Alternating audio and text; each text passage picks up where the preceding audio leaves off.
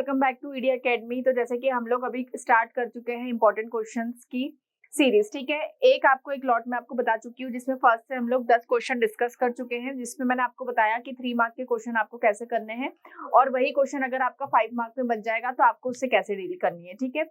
बहुत ही easiest language में आपको बताया गया था, जो आप अगर 2-3 बार भी अगर आपने रीड कर लिया ना उनको क्वेश्चन को, तो आप आंसर्स को तो आप इजीली क्या होगा कंप्लीट हो जाएगा। मैंने कंप्लीट एनालिसिस करने के बाद 25 क्वेश्चंस निकाले थे पॉलिटिकल पार्टीज के, यानी कि क्वेश्चंस अगर आप ऐसे सर्च करोगे तो आपको बहुत सारे क्वेश्चंस मिलेंगे, लेकिन वो अलग अलग क्वेश्चंस को चेंज कर दिया जाता है। जैसे मैंने आपको इसमें एक मॉडर्न डेमोक्रेसी वाला क्वेश्चन बताया था कि मतलब एक ही क्वेश्चन को 3 तरीके से पूछा गया था, ठीक है। तो ऐसे ही टोटल अगर हम देखें तो ज्यादा क्वेश्चन पॉलिटिकल पार्टी से नहीं है। आपको 25 से 30 क्वेश्चन आप पढ़ोगे, आपका कंप्लीट चैप्टर जो आपका होल चैप्टर है वो कंप्लीट हो जाएगा, उससे बाहर आपके क्वेश्चंस नहीं आएंगे। तो आज हम लोग नए क्वेश्चंस देखेंगे। कुछ नया क्वेश्चन है हमारा, what is mean by a national political party, ठीक है। जो नेशनल पॉलिटिकल पार्टी होती है उसका मीन क्या होता है, ठीक है। बहुत ही इजी क्वेश्चन है, डायरेक्ट क्वेश्चन है, काफी टाइम्स इसको पूछा गया है। National political parties are country wide parties, they have units in various state, all this units follow the same policy programme and strategy that is decided at the national level. नाम से ही समझ में आ रहा है, नेशनल पार्टी है तो बड़े level पे काम करेगी, नेशन पे काम करेगी, यानी कि ओवरऑल पूरी कंट्री को गवर्न करेगी, पूरी कंट्री के लिए क्या करेगी, वर्क करेगी, ठीक है। तो दे have units in various state.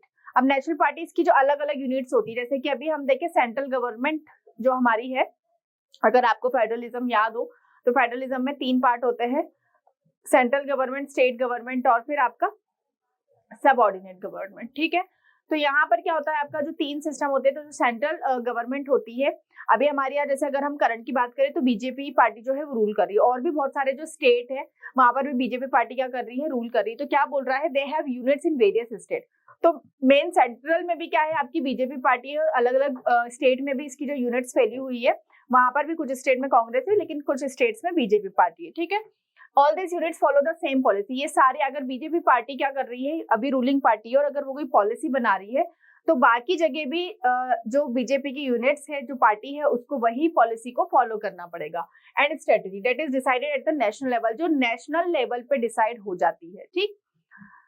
Condition required to be a national political party. अब क्या कंडीशन है, ये कुछ नहीं है, ठीक है। कंडीशन क्या क्या रिक्वायर्ड होती है, party that secure at least 6% of the total vote in Lok Sabha election और assembly election in 4 state.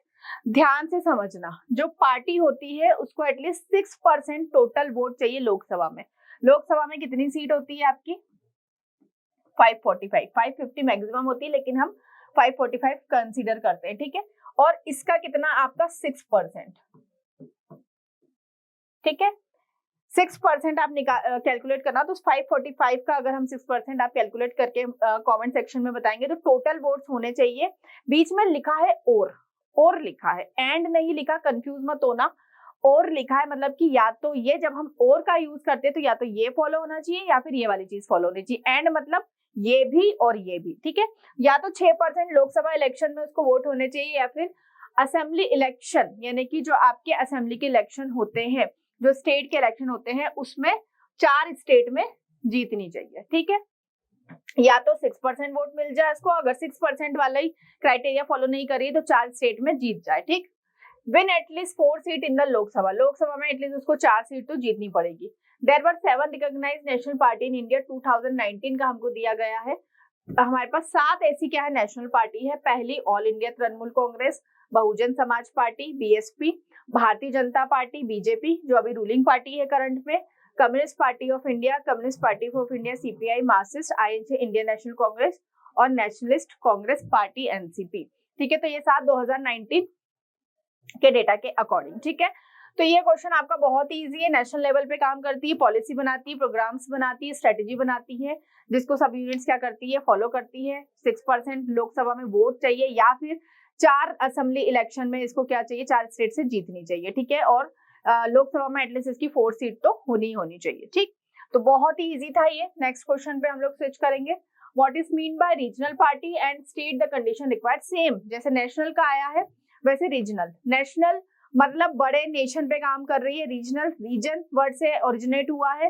Reason मतलब छोटे छोटे पार्ट, छोटे छोटे एरिया की बात हो रही है, पर्टिकुलर किसी region. A regional party is a party that is present only some state, कुछ स्टेट में ही प्रेजेंट होती है कुछ स्टेट में, स्टेट हमारे है बहुत सारे, तो सभी स्टेट में नहीं होगी, सिर्फ कुछ ही स्टेट में होगी, ऐसा नहीं कि सारे स्टेट में उसका इन्फ्लुएंस होगा, ठीक है। Are commonly refer to a state party, regional party को हम स्टेट पार्टी भी कहते हैं। Condition required for a party to be recognised as a regional political party, जो कंडीशन रिक्वायर्ड होती है पार्टी की recognise as a regional party, party that secure at least 6% of the total vote in an election to the legislative assembly of a state. जो party होती है secure at least 6% total vote in election to the legislative. अब देखो legislative assembly of state, state की लोकसभा में, Lok Sabha state में भी होती है ना लोकसभा राज्यसभा, तो क्या अगर कोई भी पार्टी कब आपकी रीजनल पार्टी बनती है state party, at least 6% total vote होने चाहिए legislative assembly of a state. अब हर स्टेट का एरिया टेरिटरी अलग होती है, तो सब में सीट्स भी आपकी लोकसभा की अलग अलग होती है। सेंट्रल की बात करें 545 होती है, लेकिन जैसे एमपी है, यूपी है, गोवा है, सब जगह अलग अलग सीट होती है, उसका 6% काउंट किया जाता है, ठीक। Win at least 2 seat in the legislative assembly, legislative assembly में स्टेट की कितनी होनी चाहिए, एटलीस्ट 2 सीट्स इसके पास होनी चाहिए, ठीक है। तो ये रीजनल पार्ट, आप इसमें और भी चीजें लिख सकते हो कि ये भी अपने लेवल पे प्रोग्राम पॉलिसी बनाती है और इसका इन्फ्लुएंस एक रीजन तक ही होता है, एक एरिया तक ही होता है, जैसे इसमें मेंशन नहीं है, लेकिन आप लोग लिख सकते हो कि एक स्पेसिफाइड रीजन तक ही होता है, सब जगह नहीं होता है। पॉलिसी प्रोग्राम बनाती है, ठीक है, और रूट लेवल से क्या करती है, ये काम करती है, ठीक। नेक्स्ट क्वेश्चन है evaluate the significant distinction between the national and regional party. अभी 2 क्वेश्चन जो हमने पढ़े हैं, बस आपको उनको बीच में क्या पूछा है, डिफरेंस बताना है, बीच में एक लाइन ड्रॉ करनी है। नेशनल पार्टी आपने लर्न अगर करा है तो नेशनल पार्टी इधर लिख दीजिए, कहाँ फॉलो होती है और उसका क्राइटेरिया क्या है, इधर रीजनल पार्टी लिख दीजिए। और 2 पॉइंट्स या 3 पॉइंट्स आप मन से भी लिख सकते हैं, बहुत ही इजीली आप लिख सकते हो। तो ये आपका 5 मार्क्स में अगर क्वेश्चन आता है तो आप डिफरेंस इसको लिख सकते हो। जब ये डिफरेंस वाला क्वेश्चन आता है तो मैं आप लोगों को कहूंगी कि हमेशा आप लोग कॉलम बना के डिफरेंशिएट करो, वो एक स्टैंडर्ड तरीका होता है जब भी डिफरेंस बिटवीन पूछा जाता है 2 चीजों में, ठीक है। तो ऐसा नहीं लिखना है कि हम पैराग्राफ वाइज लिख रहे हैं, आप उसको डिफरेंस में ही क्या करो, सॉरी मतलब कि पार्ट में ही अगर आप उसको लिखोगे तो वो बहुत अच्छा स्टैंडर्ड आंसर लिखता है, दिखाई देता है। चलो, the difference between national party and the regional party, national party are powerful in the nation and deal with national issue। बहुत ही इजी लैंग्वेज में लिखा है, क्या करती है, पावरफुल होती है nation and deal with national issue, ठीक है, डील करती है नेशनल इशू में, ठीक है। Regional party power is limited to a specific region, जो मैंने अभी आपको पहले आंसर बताया था कि पॉइंट ऐड कर सकते हो, एक स्पेसिफिक रीजन और स्टेट में only the issue and demand of a specific region and discussed by regional party. कुछ ही इसके स्पेसिफिक डिमांड्स होते हैं और कुछ ही रीजनल पार्टी में क्या करती है, वर्क करती है। चलिए, national party action offer preference to national issue over regional problem, regional party operation are confined to the state. Regional party करती है प्रेफरेंस नेशनल इशू को देती है ओवर रीजनल प्रॉब्लम, पर रीजनल प्रॉब्लम को भी सॉल्व करती है। ऐसा नहीं है कि नेशनल पार्टी का काम सिर्फ नेशन का ही, अगर किसी रीजनल पार्टी को प्रॉब्लम है तो वो उससे भी क्या करती है, उसके ओवर इशू पे भी काम करती है। Regional party operation are confined to the state, इसके जो ऑपरेशन होते हैं सिर्फ कहाँ तक कन्फाइंड होते हैं, स्टेट तक कन्फाइंड होते हैं, इसकी एक टेरिटरी स्पेसिफाइड होती है, उसके बियॉन्ड जाके रीजनल पार्टी काम नहीं कर सकती। तो आप एक स्टैंडर्ड आंसर लिख सकते हो, यहाँ पे डिफरेंशिएट कर सकते हो बहुत ही इजी वे में, ठीक है। चलो, in a hypothetical democracy, democratic nation with a population that is religiously homogeneous, should there still be multiple political parties? Justify your sentence या strength in your 40 words, ठीक है। 40 वर्ड्स यहाँ पर दिया, लेकिन 40 वर्ड्स में नहीं आएगा क्वेश्चन। चलो देखते हैं कि अगर हाइपोथेटिकल डेमोक्रेटिक नेशन है जिसकी पॉपुलेशन जो है होमोजीनियस है, रिलीजियसली होमोजीनियस है, तो वहां पर मल्टीपल पॉलिटिकल पार्टी ही क्यों होनी चाहिए, ठीक है। जाकि जो रिलीजन है वो अलग अलग है, अब जहाँ पर डाइवर्सिटी पहले हम लोग डिस्कस कर चुके हैं, ठीक है। मैंने वो क्या बोला कि ये सारे क्वेश्चन एक दूसरे से इंटर रिलेटेड है, अगर आप इसमें थोड़ा सा अकल लगा के थोड़ा सा समझ के आप आंसर लिखोगे तो आपको ज्यादा इस चैप्टर में कुछ पढ़ने की जरूरत नहीं है। Yes, because despite the religiously homogeneous population having multiple political party help represent diverse, क्या हेल्प करती है, अलग अलग मैंने डाइवर्स पीपल को रिप्रेजेंट करती है। कोई ट्राइबल है, कोई शेड्यूल कास्ट का है, कोई एसटी का है, कोई आपका मान लीजिए पारसी है, कोई ईसाई है, तो ठीक है, उनको रिप्रेजेंट करने के लिए, उनके कल्चर को रिप्रेजेंट करने के लिए अलग अलग पार्टी, जैसे आपकी बहुजन समाज पार्टी जब बनी थी तो वो जो अपर कास्ट के से डोमिनेंस हुआ करता था पहले, तो इस चीजों से ओवरकम करने के लिए बहुजन समाज पार्टी बनाई गई थी। बहुजन यानी कि जो लोअर कास्ट के लोग हैं उनके उद्धार के लिए बनाई गई थी। तो एक पर्टिकुलर एक वर्ग के लोगों को वो क्या कर रही थी, रिप्रेजेंट कर रही थी बहुजन समाज पार्टी, ठीक है। तो ये वही बात कह रहा है कि अलग अलग डाइवर्स रिप्रेजेंट करेगी डाइवर्स पॉलिटिकल पर्सपेक्टिव से, ठीक है। कोई क्रिश्चियनिटी को फॉलो करता है तो क्रिश्चियन उससे कोई खड़ा हो रहा है तो वो उनकी प्रॉब्लम्स बताएगा तो वो उनको रिप्रेजेंट करेगा, मुस्लिम है वो उनको रिप्रेजेंट करेगा, ट्राइबल्स है वो उनको रिप्रेजेंट करेगा। तो यहाँ पर 3 पार्टी हो गई अलग अलग, तो तीनों अलग अलग उसको क्या करेगी, रिप्रेजेंट करेगी। हेल्प इन पॉलिसी फॉर्मेशन लिख सकते हो आप, एक पॉइंट है इजी कि आप पॉलिसी फॉर्मेशन में हेल्प करती है। हेल्प अवॉइड ऑथोरिटेरियनिज्म, ठीक है, जो आपका एक ऑथोरिटी एक उस पे पास होती है, ठीक है, तो उसको हेल्प करता है, ठीक है, बताने के लिए कि कैसे क्या करना है, वर्क करना है सबके लिए। Provide an alternative to the voters, और अगर मल्टी पार्टी होगी तो वोटर्स के पास बहुत अच्छी बात होगी कि उसके पास अल्टरनेटिव, जैसे हम कभी कोई चीज खरीदने के लिए जाते हैं, ठीक, तो हम अगर शॉप वाला हमें 2-3 ही कपड़े बताता है तो हम कैसे हो जाते हैं, अरे यार कुछ और बताओ भैया, थोड़ा और वैरायटी बताओ, ठीक है। तो हमारी भी क्या क्यूरियोसिटी होती है जब हम एक नॉर्मल कपड़ा चूज करने जाते हैं, कोई भी चीज हम लोग गुड्स बाय करने जाते हैं, तो हम लोग सोचते हैं कि यार हमारे पास मल्टीपल चॉइसेस हो। तो वैसे ही वोटर्स भी क्या चाहता है कि उसके पास मल्टीपल चॉइसेस हो। 1 पार्टी और 2 पार्टी सिस्टम में ये मल्टीपल चॉइसेस नहीं हो पाती है, इसी वजह से क्या करते हैं वोटर्स के पास क्या होनी चाहिए, ज्यादा चॉइसेस होनी चाहिए। और ये सिर्फ किसमें आपका हो पाता है, जहां मल्टी पार्टी सिस्टम होता है, जैसे कि इंडिया में, ठीक है। तो ये क्वेश्चन वैसे मुझे थोड़ा सा अलग सा क्वेश्चन दिखा था, इसलिए मैंने इसको इसमें इंक्लूड कर दिया। वैसे इसको ज्यादा बार 2 बार ही ये पूछा गया है, ठीक। चलो, analyse the role of multi party system in a democratic country like India. Important question है, बहुत ही इजी है, ठीक है। आपको रोल एनालाइज करना है मल्टी पार्टी सिस्टम का डेमोक्रेटिक कंट्री में। क्या रोल है मल्टी पार्टी सिस्टम का इंडिया जैसी कंट्री में, ठीक है।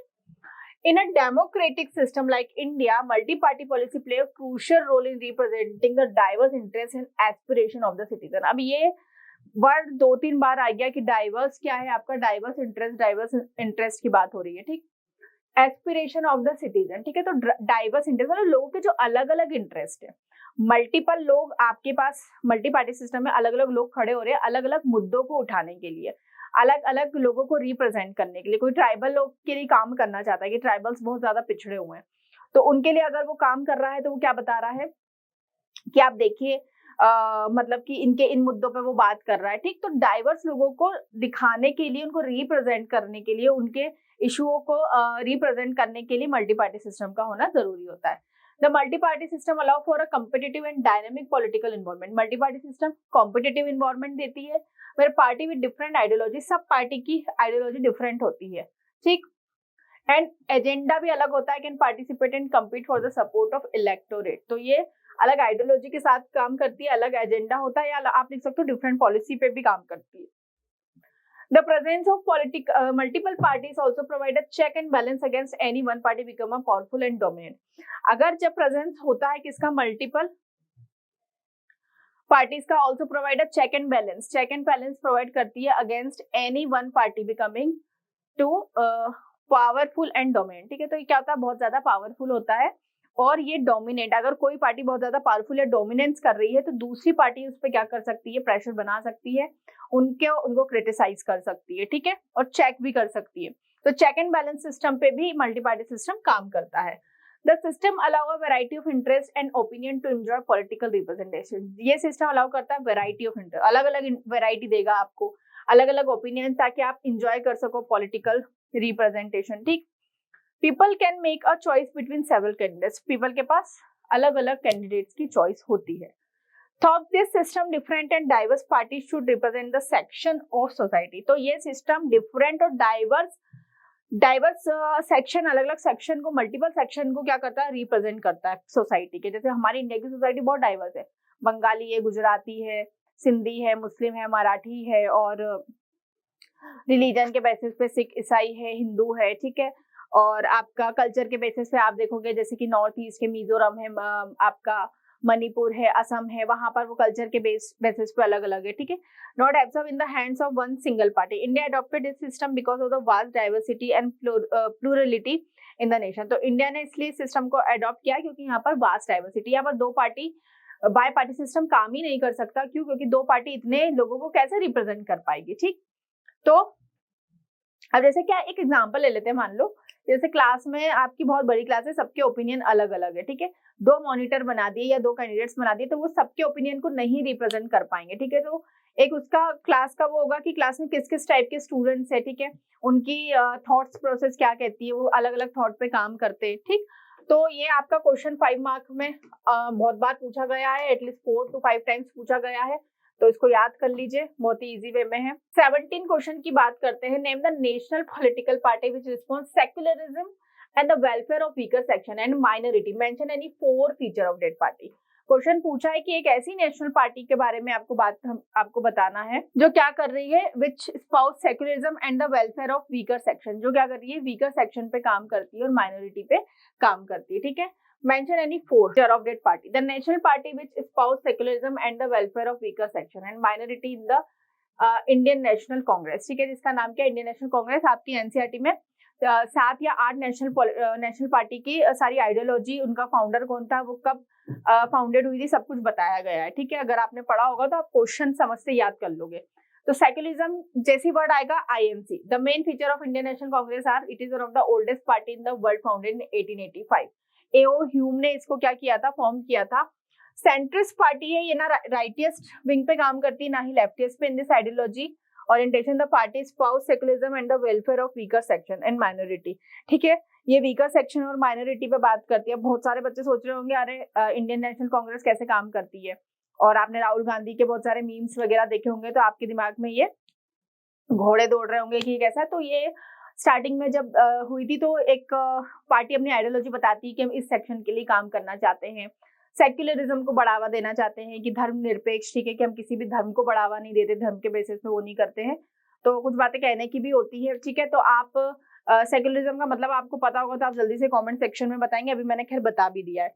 Support new economic reform but with a human face, human face के साथ ये नए रिफॉर्म्स चाहते हैं। Economic is a member of United progressive alliance, UPA के साथ इसका क्या होता है, हमेशा गठबंधन होता है, उसी के साथ अलायंस करती है, ठीक है। तो ये आपके ये क्वेश्चन आ सकता है। और अगर हिंदुज्म आता है किसी उसमें कि कौन सी ऐसी पार्टी जो हिंदुत्व या हिंदुज्म को सपोर्ट करती है, तो एक ही पार्टी का नाम है, आपको याद रखना है, बीजेपी पार्टी का, ठीक है। नेक्स्ट क्वेश्चन की तरफ मूव करते हैं। Right about the main feature of BJP. आ गया क्वेश्चन, क्या फीचर है बीजेपी के। Founded in 1980 by reviving the Bharatiya Jana Sangh. जो भारतीय जनसंघ ये क्या था, एक ग्रुप, एक ऑर्गेनाइजेशन था, उसको रिवाइव करके ये 1980 में बनी। पहले ये ग्रुप हुआ करता था। Wants to build a strong and modern India by drawing inspiration from India ancient culture and value.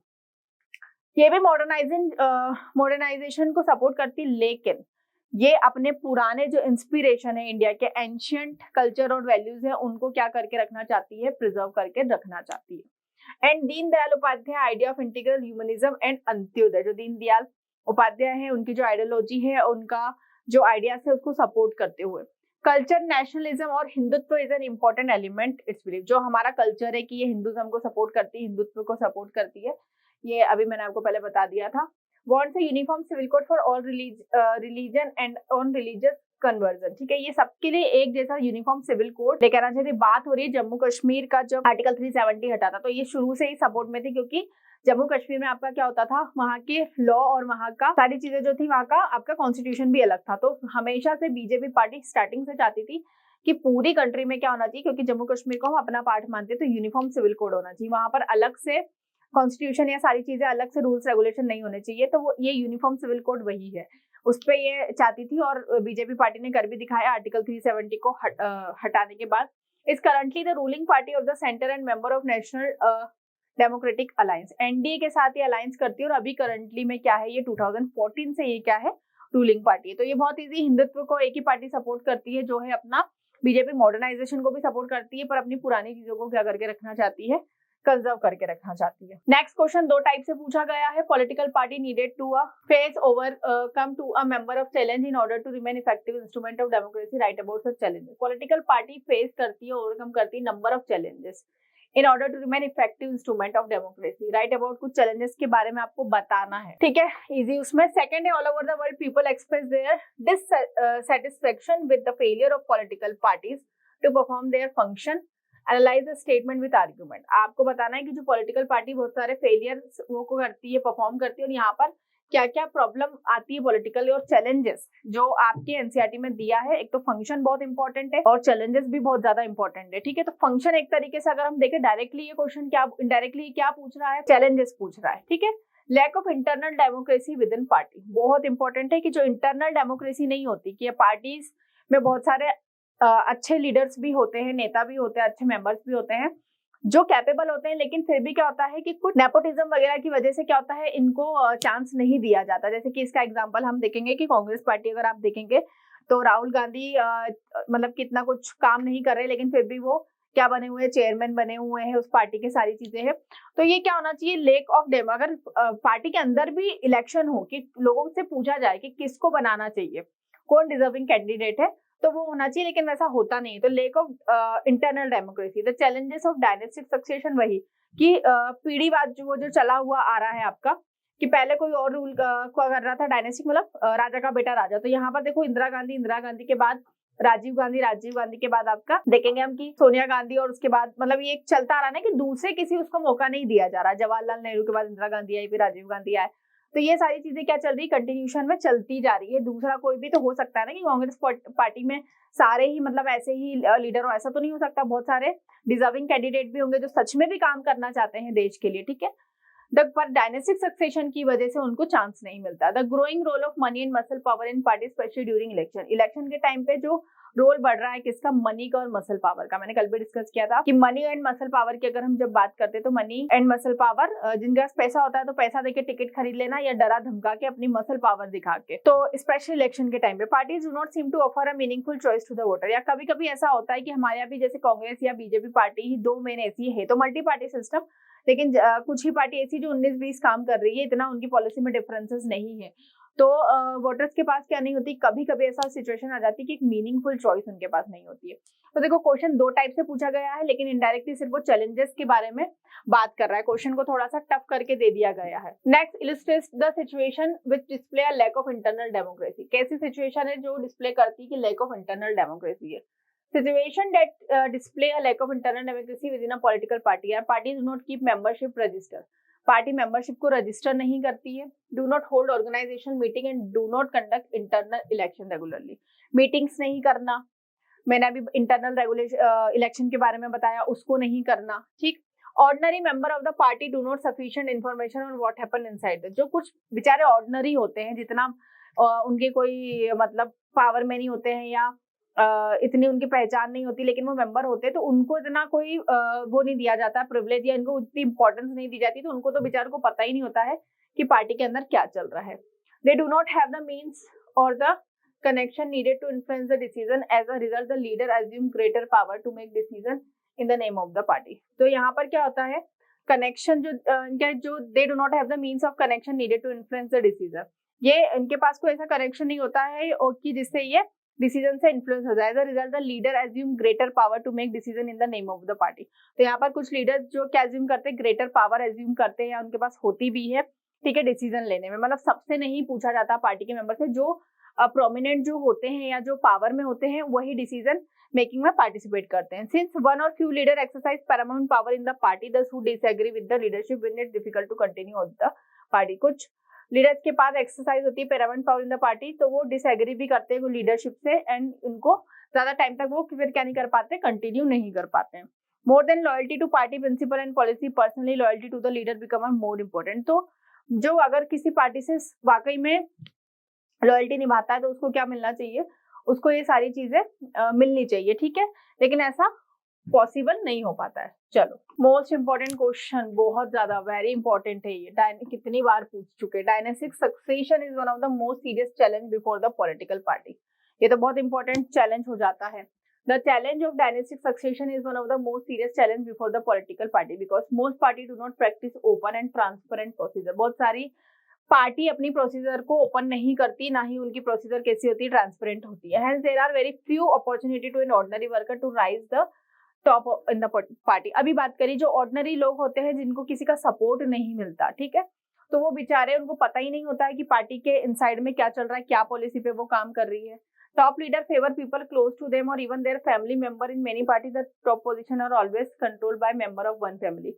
तो टॉप लीडर फेवर करते हैं पीपल का close to them, even their family members को ही वो क्या करते हैं, प्रेफर करते हैं। अभी एग्जांपल बताया था इंदिरा गांधी और जवाहरलाल नेहरू, राजीव गांधी का। In the many party the top position are always control by member of one family.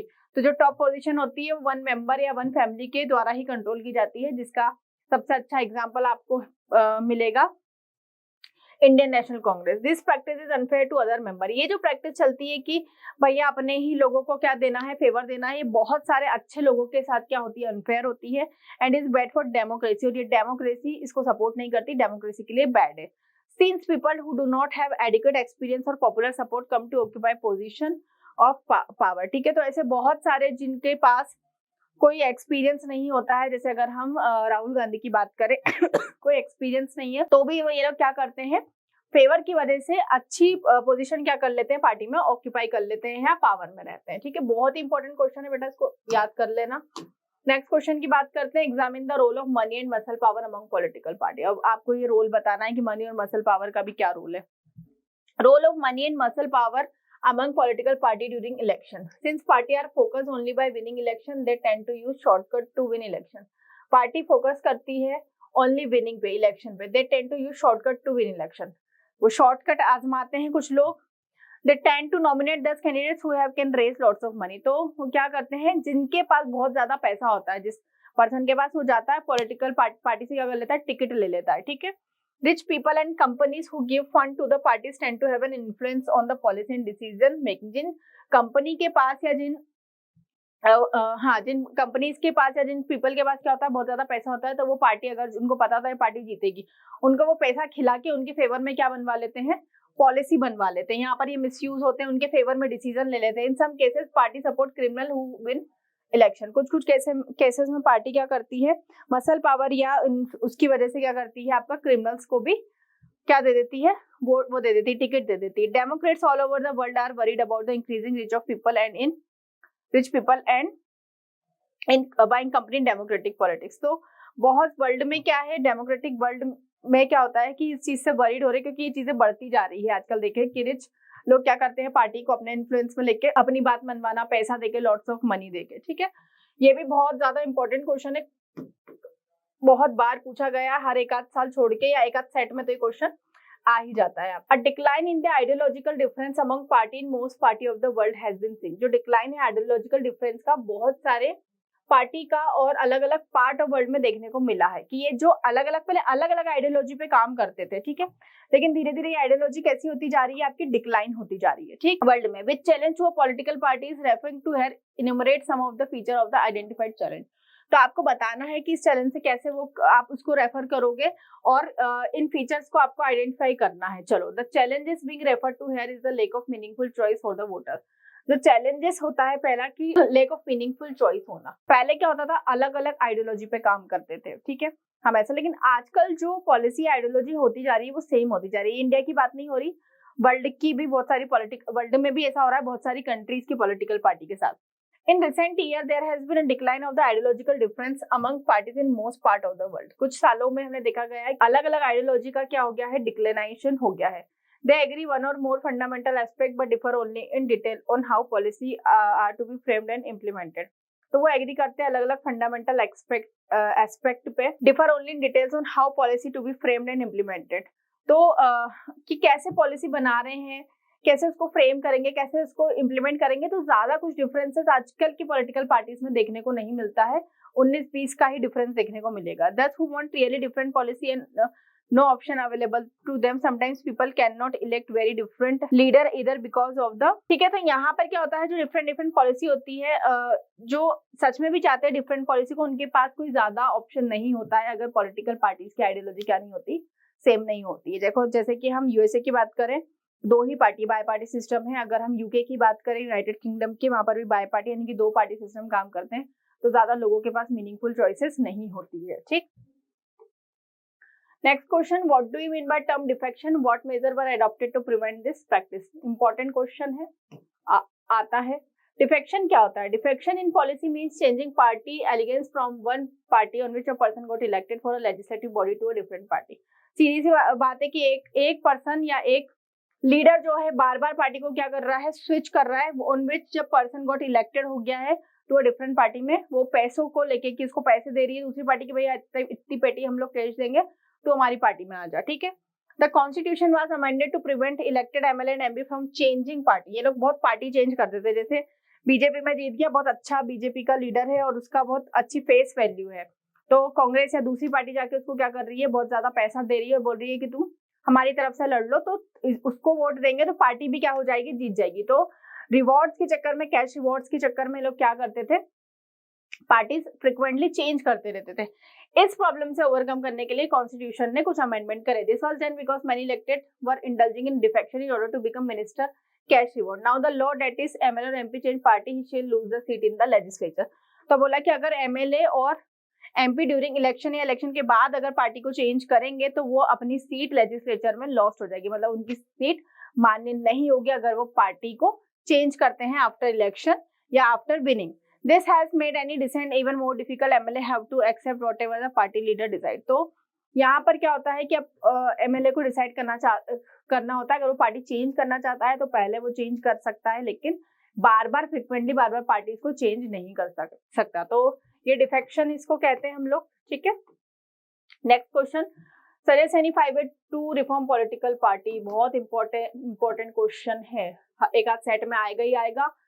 Explain करना है 5 वे की पॉलिटिकल पार्टी में आप कैसे रिफॉर्मेशन सुधार लेके ला सकते हो। Suggest to reform political party in India, regulation of party internal affair. अब हमने जो प्रॉब्लम्स देखी थी उसका सॉल्यूशन उल्टा कर दो, लेक ऑफ इंटरनल डेमोक्रेसी थी तो regulation of party internal affair, law should be made to regulate the internal affair of political party. या इंटरनल मीटिंग्स भी लिख सकते हो कि पार्टीज के लिए मैंडेटरी कर दे कि उनको रेगुलर इंटरवल मीटिंग करनी होगी। It should be made compulsory for political party to maintain a register to their member. Party अपने मेंबर का नाम और सब कुछ क्या करे, रजिस्टर करके रखे, रिटर्न में रखे। To follow the own constitution to have an independent authority. Ensure women's participation को भी इंश्योर करे, बहुत सारी जगह वुमेन्स को टिकट नहीं मिलता था पहले। It should be made mandatory for political party to give minimum number of tickets about 1/3 for a women candidate. खैर अब तो इसके लिए लॉ भी बन चुका है कि 1/3 आपको टिकट्स, 1/3 जो सीट होगी वो रिजर्व होगी, तो 1/3 वुमेन कैंडिडेट्स के लिए आपको सीट रिजर्व रखनी चाहिए। State funding, there should be state funding of election. The government should give money to parties to support their election expenses to avoid corruption. Government इसको चीज को इंश्योर करे कि वो सपोर्ट करे पार्टीज को, लेकिन जो बहुत ज्यादा करप्शन होता है या बहुत ज्यादा एक्सपेंसेस इलेक्शन में खर्च किए जाते हैं तो वो चीजें नहीं हो। तो इसके लिए भी लेके आया है कि कुछ 40 लाख समथिंग ही कोई भी एक पार्टी क्या कर सकती है, अपने एडवर्टाइजमेंट या अपने आप को प्रचार करने के लिए क्या कर सकती है, यूज कर सकती है, ठीक है। और एंटी डिफेक्शन लॉ भी लेके आए हैं जिसमें अभी हमने पढ़ा था क्वेश्चन, ठीक है। और इंटरनल अफेयर्स और ये सारी चीजें जो होती है इसके लिए बहुत सारे अमेंडमेंट आ चुके हैं पॉलिटिकल पार्टीज के लिए, तो ये क्वेश्चन भी बहुत ज्यादा इंपॉर्टेंट है। तो टोटल ये हो गए आपके पहले 10 और आज मैंने आपको 15 क्वेश्चन बताया, टोटल 25 क्वेश्चन आ गए। ये क्वेश्चंस आपको पूरे याद करने हैं, इसको ही इंटरचेंज करके ही क्वेश्चन बनते हैं। इसके अलावा ऐसा मुझे कुछ क्वेश्चन लगेगा तो मैं बिल्कुल आपको अपडेट करूंगी, ठीक है। और अगर आपको कोई भी डाउट आता है, अभी तो वैसे बहुत ही इजीएस्ट लैंग्वेज मैंने इसमें ऐड करी है ताकि आप आंसर अच्छा लिख पाए, ठीक है, क्योंकि रिटर्न चीजों में ही मैंने ऑब्जर्व किया कि बच्चों को प्रॉब्लम्स जा रही है, तो आप इस चीज को करें, ठीक है। प्रैक्टिस करें, समझ के लिखने की कोशिश करें, कुछ अपनी वोकेबलरी पे काम करेंगे तो कोई ज्यादा मुश्किल आपको नहीं आएगी, ठीक है। तो अब मिलेंगे हम पॉलिटिकल पार्टी के एमसीक्यू के साथ। एमसीक्यू भी मैं इसके लेके आऊंगी, कंप्लीट ज्यादा ही होंगे 25 से, तो कि उसके बाहर आपका पेपर ना बने। तो चलिए मिलेंगे हम लोग नेक्स्ट वीडियो में, तब तक के लिए ऐसे ही आप लोग ईडी एकेडमी को प्यार देते रहिए। ऑल द बेस्ट, और एग्जाम की तैयारी आप लोग स्टार्ट कर दीजिए और वीडियो को जरूर शेयर कर दीजिएगा। Thank you so much, stay tuned with us.